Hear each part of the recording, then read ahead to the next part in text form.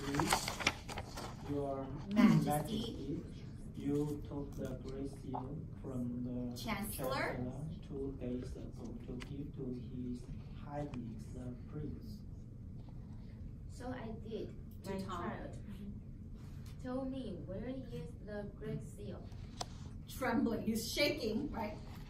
Indeed, my lord, I do not know. Huh.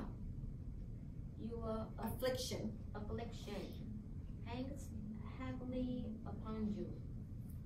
'Tis no matter. You will remember later. Listen carefully. Gently but firmly. I command you to hide your affliction in all ways that be within your power. You shall deny to no one that you are the true prince. And if your memory should fail you upon any questions of state, you shall be advised by your uncle, the Lord Hertford. Okay, so he's trembling, right? He's shaking because he really is not the prince. And the king says affliction. So on this page, right here on the top, it tells you what affliction means. It means illness, pain. Remember, the king thinks he's suffering from, like, he's mad, right? So affliction is some kind of suffering. You're in pain, you're hurt, you're ill, okay? So he's saying, listen, right? You're very, very sick right now, right? But later on, you should be okay. And then he says, I command you, okay, to hide your pain, your suffering, in all ways. You shall deny to no one that you are the truth. So that means you cannot tell anyone that you are not the prince. You must deny that, right? So, and he's trying to, remember, he thinks he's crazy. So he's waiting for the son to get his memory back and to be normal again. So Hertford is actually his uncle. We just learned here, right? So Tom, keep going. The king has spoken. The king shall be obeyed. Obeyed. So now he has to pretend he is the real prince. Uh-oh, we're gonna have a problem, right? Okay, the king. And now, my child, I go to rest. He stands weakly, and Hertford leads him off in the rear. Okay, Tom. May it please your lordship to let me rest now? St. John.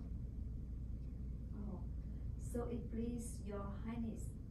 Is it for you to command and us to obey? But is it wise that you rest? For this evening you must attend the Lord Mayor banquet in your honor. So a banquet is like a party, right? With a lot of food, and usually, all the really noble and like rich people, they will attend. And this is in honor of the prince, okay? So he pulls the bell cord, and 3 pages are like helpers, they enter and they kneel before Tom. Usually back in the days, right, they had to kneel. They bow for the richer, the more noble people, but for the lower people, they have to actually kneel. All right, Tom? Banquet? Terrified. Now he's scared. First he was shaking, but now he's terrified.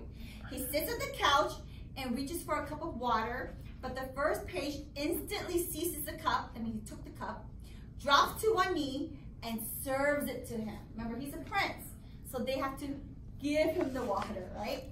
And Tom starts to take off his boots, right? Take off his boots, but the second page stops him and does it for him. So everyone does things for this prince. He tries to remove his cape and gloves, but the third page did it for him. Okay, go on, Tom. I wonder that you do not try to please for me also. Lies down cautiously. The pages cover him with a robe, then back away and exit. To Hertford as he enters. Lenny, what do you think? Hertford? Plainly this. Plainly this. The king is near death. My nephew,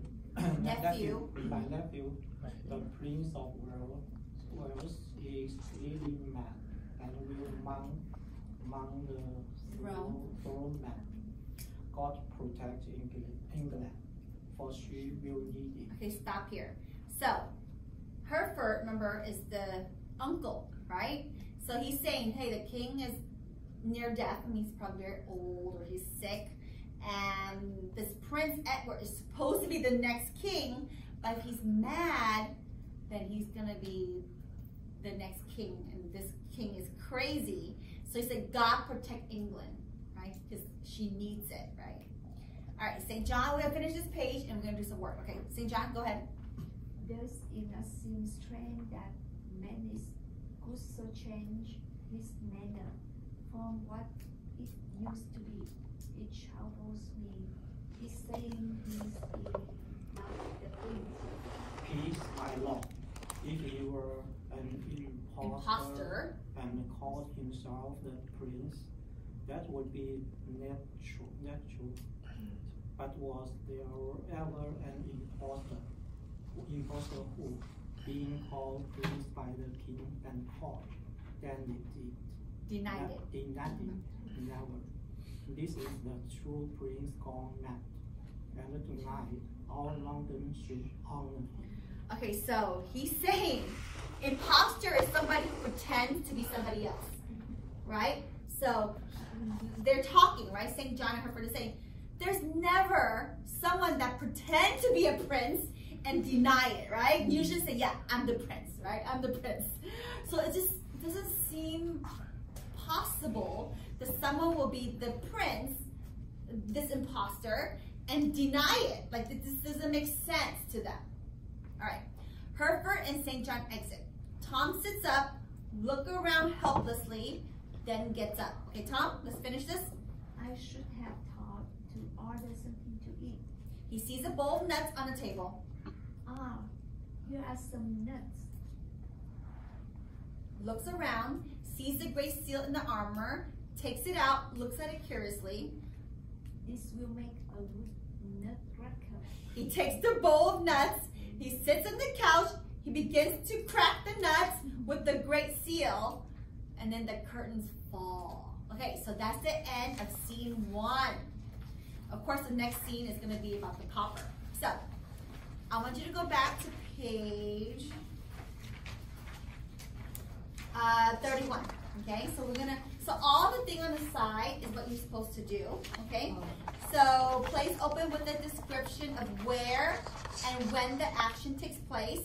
Circle the words that give you this information. That's pretty easy. That's the setting and the time, right? And then page 32.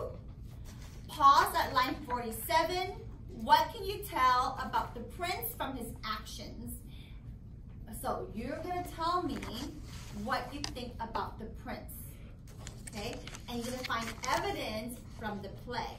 Like, what kind of person is he? First of all, he's very nice, right? Because the guard was, trying to throw Tom, and he was like, hey, don't do that. So the prince seems to be very nice.